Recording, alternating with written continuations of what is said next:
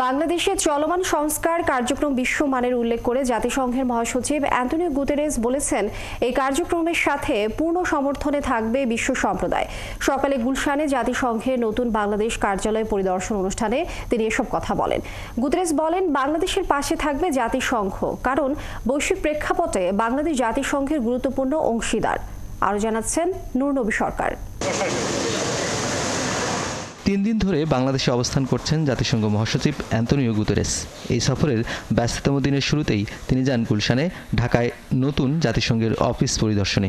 এ সময় বৈঠক করেন কর্মকর্তাদের সাথে। এই অনুষ্ঠানে সরকারের 2 জন উপদেষ্টাও ছিলেন। এরপর সমবেত কর্মকর্তাদের সামনে বক্তব্য রাখেন জাতিসংঘের মহাসচিব। বলেন, বাংলাদেশ কঠিন সময় পার করছে। বাংলাদেশ খুব কঠিন সময় পার করছে। আমরা জেনেছি এখানকার মানুষ সম্মিলিতভাবে এগিয়ে যাওয়ার জন্য সংকল্পবদ্ধ। এখানে সংস্কার হচ্ছে গণতন্ত্র, মানবাধিকার ও অন্তর্ভুক্তিমূলক সমাজ বিনির্মাণের জন্য। সেই সংস্কারগুলো এমনভাবে হচ্ছে বিশ্বের বিভিন্ন উন্নত দেশে যেটা প্রতিপালিত হয়ে থাকে। বাংলাদেশকে কৃতজ্ঞতা।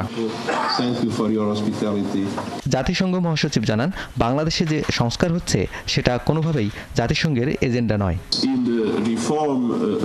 এখানে সংস্কার এটা কিন্তু জাতিসংঘের এজেন্ডা নয়, এটা এখানকার মানুষের এজেন্ডা। আমরা এটাকে সমর্থন করি দেশ ও মানুষের কল্যাণের জন্য। অ্যান্টোনিও গুতেরেস তার বক্তব্যে উল্লেখ করেন, বাংলাদেশ জাতিসংঘের অত্যন্ত ভালো সহযোগী, এটা বিশ্ব সম্প্রদায় জানে। জাতিসংঘ বাংলাদেশের মানুষের জন্য সহায়তা অব্যাহত রাখবে। রোহিঙ্গাদের বিষয়ে জাতিসংঘ ও বিশ্ব সম্প্রদায় মানবিক সহায়তাও অব্যাহত রাখতে প্রতিশ্রুতিবদ্ধ। বাংলাদেশ জাতিসংঘের খুবই ভালো পার্টনার বিশ্ব প্রেক্ষাপটে। বাংলাদেশ দ্বিতীয় সর্বোচ্চ শান্তিরক্ষী প্রেরণকারী দেশ। এটি বিশ্ব শান্তির জন্য উদাহরণ। জলবায়ু পরিবর্তনের ঝুঁকি মোকাবেলায় বাংলাদেশের মানুষের সাথে আছি, থাকব। জাতিসংঘের নতুন অফিসের মাধ্যমে বাংলাদেশের মানুষ দ্রুততম সময়ে সেবা পাবে বলে উল্লেখ করেন অ্যান্টোনিও গুতেরেস। নূর নবী সরকার, ৭১, ঢাকা।